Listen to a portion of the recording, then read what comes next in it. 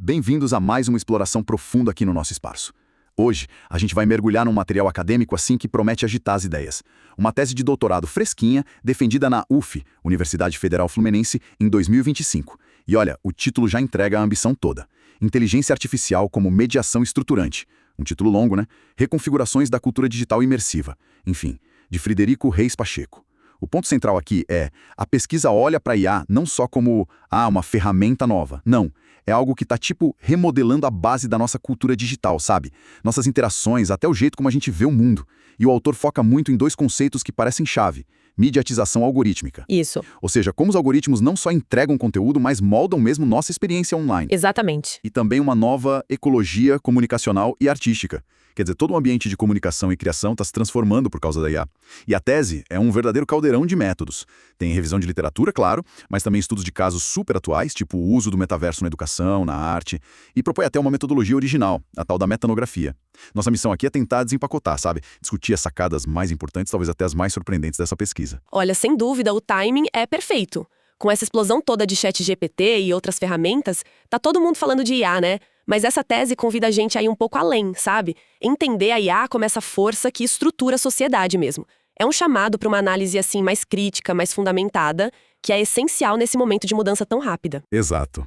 Então vamos começar por aí mesmo. Essa tal de metanografia. O nome soa meio futurista, né? Mas é uma proposta metodológica séria.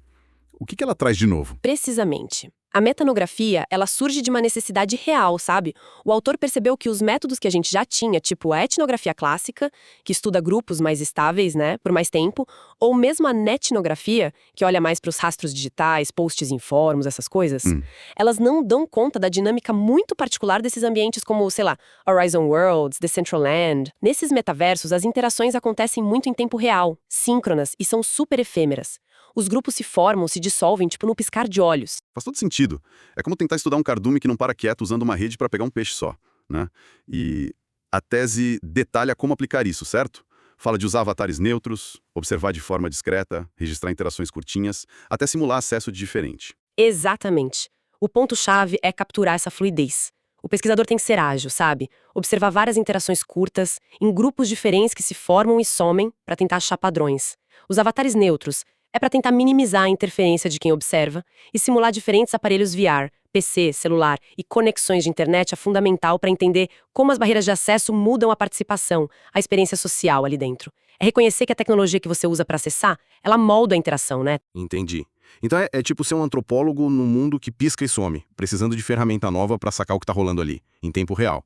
Uma adaptação metodológica bem fascinante para um objeto que também é super novo. E o mais interessante é que essa necessidade de adaptar o método reflete o quão mutante é o próprio objeto. A metanografia não é só uma técnica, ela é quase um sintoma, sabe? Da profundidade das mudanças que a IA e esses ambientes imersivos estão trazendo. Mostra que a gente precisa de lentes novas para ver realidades novas. Sempre com cuidado na observação, claro, né? Falando em entender criticamente essas novas realidades, um ponto que a tese bate muito na tecla é o risco do tal IA washing. O autor parece bem incomodado com isso, né? E com toda a razão. O IA washing é aquele fenômeno chato, né? Onde a empresa, produto, usa o rótulo inteligência artificial mais como marketing mesmo, sem ter de fato uma tecnologia de IA super sofisticada ou relevante por trás daquilo. Para parecer moderno. Isso, é usar o termo pra pegar carona na onda, pra ganhar o que o Bourdieu chamaria de capital simbólico, sabe? Associar a marca com inovação, com o futuro. A tese até analisa uns exemplos, tipo embalagem que destaca IA, o projeto de jornal que se vende como baseado em IA, mas quando você olha de perto, o avanço real é pequeno. E as consequências disso não são só uma propaganda meio enganosa, né? A tese argumenta que isso pode acabar minando a confiança na tecnologia de verdade, até desperdiçar recurso. Exato, porque cria uma expectativa que não se cumpre. Aí leva à frustração, à desconfiança geral sobre IA e acaba direcionando o investimento para projeto que é mais fachada do que conteúdo de verdade. Isso conecta direto com aquela ideia de mediatização que a gente falou no começo. A aparência da tecnologia, o discurso sobre ela, às vezes fica mais importante que a própria tecnologia em si. E essa questão da compreensão superficial da IA fica ainda mais clara quando a tese vai discutir as famosas alucinações, né? Dos modelos de linguagem tipo ChatGPT. O argumento ali é forte. Não seria um bug, mas algo da própria natureza deles. Sim. E esse ponto sobre a alucinação ser inerente é crucial, sabe? Porque muda totalmente como a gente deveria interagir com essas ferramentas. A tese explica bem. Os Large Language Models, os LLMs, são na essência, modelos estatísticos gigantescos.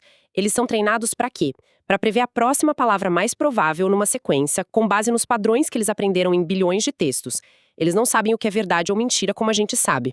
Então, a alucinação em inventar fato, fonte, qualquer coisa, é um subproduto dessa natureza deles, que é probabilística. É quase como um improvisador muito bom de papo que sempre acha uma resposta que soa legal, mas não necessariamente checou se aquilo é verdade. E a tese lembra bem que essa nossa mania de dar sentido e intenção para a máquina não é de hoje, né? Cita o Elisa, lá de 1966. Exatamente.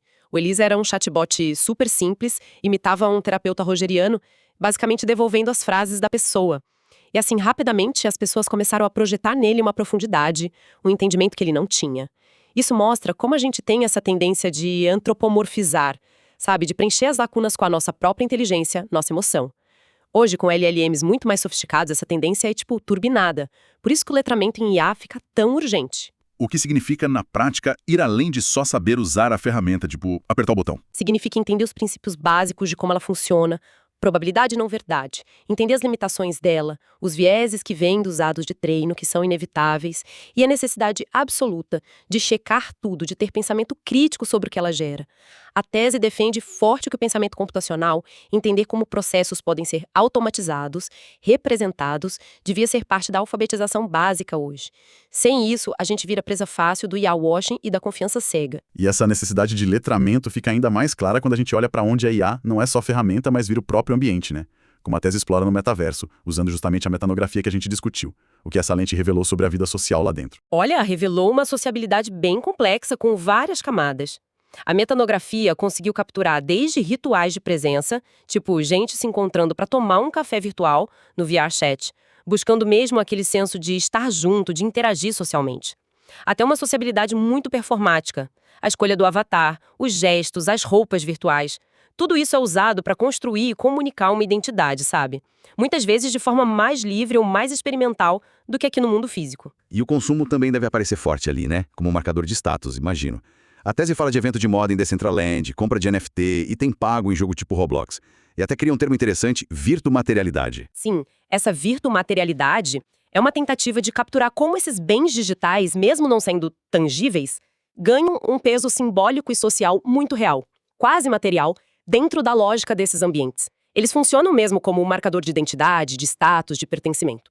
Mas aí, a tese introduz talvez o argumento mais forte dela sobre o metaverso, o conceito de metamediatização profunda. Certo, essa ideia parece central. O que ela significa exatamente? Não é só a IA mediando a comunicação, tipo um telefone? É mais que isso. A metamediatização profunda, o que ela argumenta, é que no metaverso, a IA não é só o canal de comunicação, entende? Ela é a própria estrutura que organiza a experiência social. Pensa bem, os algoritmos que recomendam mundos para você visitar, os sistemas de ranking que definem quais espaços ganham mais visibilidade, as regras de moderação, tudo isso é IA. Ela vira a arquitetura invisível que define quem a gente encontra, o que a gente vê, como a gente interage. Ela não só media, ela constitui o ambiente social. Ah, entendi. É como se, em vez de usar um mapa para andar na cidade, a própria cidade ficasse se reorganizando em volta de você, com base em algoritmos sobre seus gostos. Isso tem a ver com outra ideia da tese, a metacomunicação urbana, né?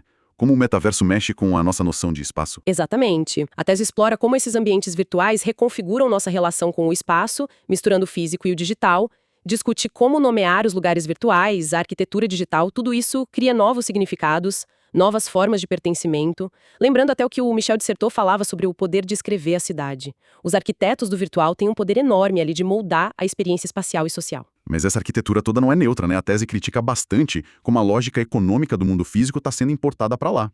Especialmente essa ideia de escassez artificial, vender terreno virtual por milhões. Isso não soa meio contraditório com a natureza do digital, que poderia ser infinita? É uma crítica central na tese, sim, porque replicar modelos de exclusão baseados na escassez de recurso físico, tipo terra, num ambiente onde tecnicamente o espaço e os bens poderiam ser abundantes. A tese questiona muito a lógica por trás de vender terreno virtual via NFT ou item digital exclusivo por preço exorbitante. O argumento é que isso serve principalmente para reproduzir e talvez até aprofundar as desigualdades sociais, criando novas formas de exclusão digital baseadas no poder de compra, sabe? Em vez de explorar o potencial mais democrático do virtual. Levanta uma questão ética fundamental sobre como a gente está desenhando esses novos mundos. Saindo um pouco do metaverso como espaço social e indo para a educação, A tese também traz uns exemplos bem concretos. Parece que tem um potencial grande ali, mas também tem desafios, né? Sim, a pesquisa analisa vários casos interessantes, desde projetos bem sofisticados, como esse da UF, que criou os gêmeos digitais de hospitais para treinar médico de forma imersiva, até iniciativas de universidades como a USP e a UVV, que montaram campi virtuais. E destaca bastante um estudo australiano sobre usar Minecraft na escola, que mostrou ganhos bem expressivos no engajamento dos alunos e até na compreensão de matemática. O potencial parece claro. Aprendizado mais imersivo, colaborativo, talvez mais lúdico, né? Capaz de superar barreiras geográficas. Mas quais são os poréns que a tese aponta? O principal, eu diria, é a necessidade de intencionalidade pedagógica. Não adianta só jogar uma aula expositiva normal num cenário 3D bonitinho. Tem que repensar a metodologia, aproveitar de verdade os recursos de interatividade, de simulação. Outro ponto crucial é a acessibilidade. O custo dos óculos de VR ainda é alto, né? E a qualidade da internet no Brasil, nem se fala, é um gargalo gigante. Sem acesso igual para todo mundo, o risco é aumentar ainda mais a exclusão. E tem a questão de preparar os professores para isso, né? E até o conforto físico, o tal do enjoo virtual. Parece que só a tecnologia não resolve. Economia, no bem-estar dos alunos. A tese até levanta uma hipótese interessante. Essa do metaverso como ferramenta de ressocialização pós-pandemia. A ideia é que o avatar, funcionando como uma espécie de máscara social, poderia dar uma camada extra de segurança para aluno com ansiedade social, facilitando a interação. É uma possibilidade, né? Para se explorar, mas com cautela. Agora chegando na arte, um campo onde essa IA generativa causou um rebuliço enorme, né? Como é que a tese aborda isso, principalmente pensando em conceitos clássicos, como a aura da obra de arte lá do Walter Benjamin? Ah, o Benjamin. Lá nos anos 30, ele dizia que a reprodução técnica, foto, cinema, destruía a tal da aura da obra de arte. Aquela sensação de algo único, de presença no aqui e agora, que está ligada ao original. A arte digital, e mais ainda a gerada por IA, parece que leva isso ao extremo, né? A cópia é perfeita, infinita, instantânea. A aura tradicional parece que some. Mas a tese não joga a toalha para a aura, né? Ela propõe algo diferente, pelo que entendi. A aura se reconfiguraria, se tornaria multifacetada. A tese sugere um modelo bem interessante de aura quadripartida para a gente entender o valor e a experiência da arte nessa era da IA, especialmente na arte generativa híbrida, que mistura criação humana e IA. São 4 dimensões que coexistem, sabe? A primeira seria a aura sobre o artista. O foco muda do produto final para o processo. O que passa a valer é a intenção humana, a curadoria, a engenharia de prompts, o conceito por trás da colaboração com a IA. A mão do artista está em como ele guia e seleciona. A segunda é a aura de rede. O valor e a singularidade da obra nascem da circulação dela, do engajamento que ela gera online, da presença nas redes sociais. Pensa nos influenciadores virtuais, tipo o Lil Miquela, Ludo Magalu. A aura deles é construída nessa interação, nessa performance digital contínua. A terceira é a aura do uso online contextual. Essa é sutil. A experiência única que cada pessoa tem ao encontrar a obra muitas vezes é mediada por algoritmos, sistemas de recomendação, feeds personalizados. Esse encontro quase por acaso, moldado pro indivíduo, cria uma aura de descoberta pessoal mesmo para uma obra que pode ser copiada infinitamente. E a quarta é a aura de exposição espaço-temporal. Essa se refere à capacidade de certas obras, principalmente as que usam IA para restaurar, recriar ou simular o passado, de conectar presente e história, evocando nostalgia, um senso de presença histórica. Ah, entendi. Então a aura não morre, ela meio que se transforma e se espalha. Por diferentes aspectos da criação, da circulação, da recepção, interessante como a tecnologia força a gente a repensar isso. Os exemplos seriam tipo a música dos Beatles, que finalizaram com IA, Now and Then, ou aquele filme Aqui, com os atores rejuvenescidos, ou até o comercial da Volks com a Elis Regina. Exatamente. Essas obras geraram debates intensos justamente porque tocam nessa capacidade da IA de reanimar o passado, de criar uma presença quase fantasmagórica, sabe? O que dá a elas uma aura muito particular ligada a essa ponte no tempo. Mas essa facilidade toda de criar com IA também traz tensões, né? Por um lado, democratiza, qualquer um pode gerar imagem e texto. Por outro, a gente vê a tentativa de recriar escassez e valor com NFTs. E a questão do plágio generativo sempre volta à tona. Como a tese lida com isso? Olha, a tese argumenta que o jeito que uma IA aprende recombinando padrões de bancos de dados gigantescos não é, na essência, tão diferente de como um artista humano aprende se inspirando, recombinando influências da história da arte inteira. a questão do plágio seria complexa. Em vez de focar só na origem recombinada dos elementos, o julgamento ético e estético devia considerar a novidade, a intencionalidade e o valor da obra final. O projeto The Next Rembrandt, que usou IA para criar uma pintura no estilo do mestre, é citado como um caso que mostra bem essa complexidade. É homenagem? É pastiche? É plágio? Ou é algo novo?